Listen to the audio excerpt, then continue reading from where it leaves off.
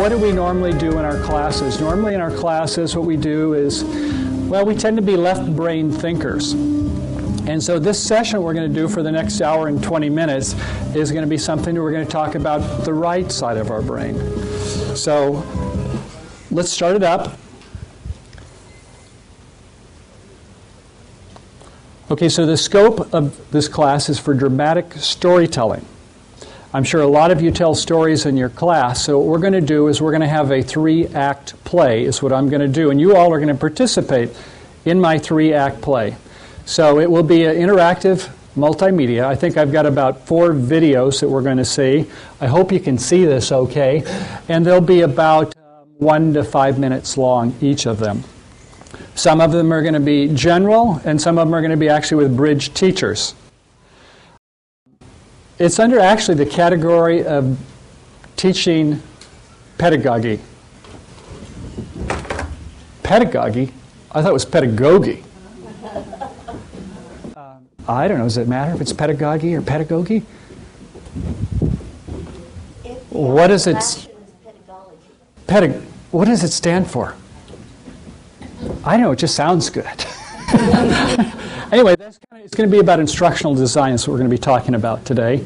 And I encourage class participation, so you don't have to wait till the last 5 minutes. We have a lot of chance to talk.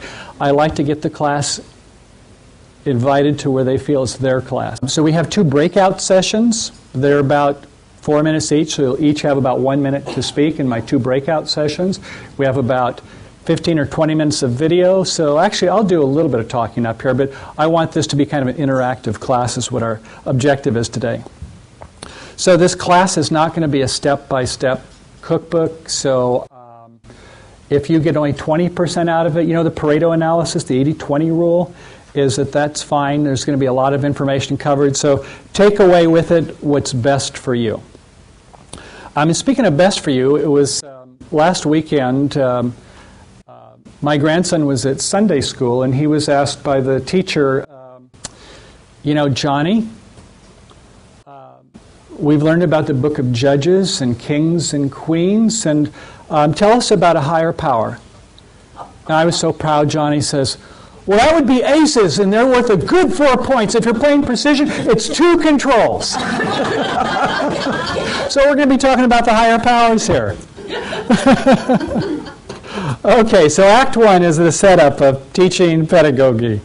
So information content, there are different types that we use. There are actually 5 different types, and normally we talk about facts. A lot of it is instructional design, that is like, have a ace-queen, is a 50% chance for a slam, or for a finesse, unless it's for a slam, and then it goes down to 25% or less, right? But you can improve your odds always by doing the one cheek sneak and Roman eyes. Do any of you know that convention? Yeah, you know, there's the Roman jumps, and there's Roman key cards, Roman blackwoods. Well, the one cheek sneak, this is when you're sitting down with the cards like this. You kind of lean over, you got those Roman eyes, so, that's one of the things. We try not to use that, but normally we talk about facts in our classes in terms of just having pretty dry facts and figures. You can't do too long for this or you're going to lose your students. Then we have concepts. Lead the 4th best lead. Well, sometimes my partner only has 12 cards and it takes them forever to make a lead because they don't have 4-card suits. They only have 12 cards in their hand.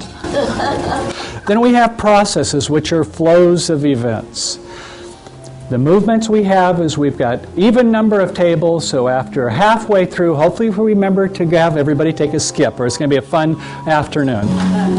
Then we have procedures. We have check-to-check, step list, A, B, C, D. Make a P-L-A-N. I do a P-R-A-Y.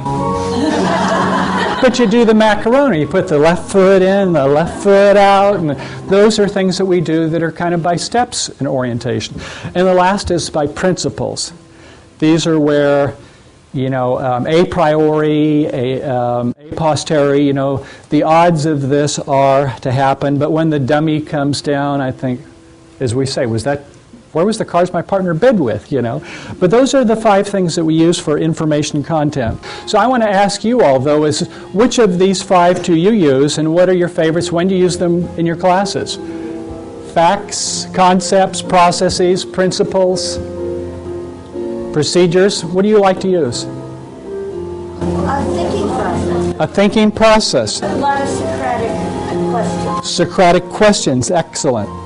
Yeah, so I think that we spend a lot of our time with hands, where they have hands on the table, where they can actually do the exercise. And we'll talk more about that, but that's one of the big ones. But when we start up the class, we have to do, unfortunately, a lot of facts.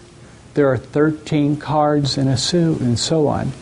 We normally try to stay away from some of them, though, don't we? We try not to have it where we spend too much time talking about scoring, or they'll be gone long before. So we try to balance these 5. That's what we try to do. The learning types. We have the receptive, which is a lot of information, limited practice. This is what I find with my spouse. She would like say, okay, yeah, you talk some more. Okay. It's like, you know, us men, you know, we're not so good at this. You know, we listen, but we don't always get the information. So then women, they have to do the second one with us. They get more directive, and they'll start asking us questions, right? We get a lot of questions. And, yes, darling. Yes, darling.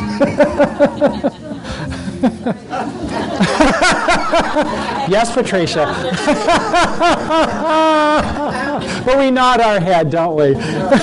And the third type, which hopefully we do more of, is the guided discovery. We're at the table, we give realistic problems, we kind of get away from what Eddie used to call was the chalk talk type of thing, and Eddie Cantor said, no, we started spending more time at the table.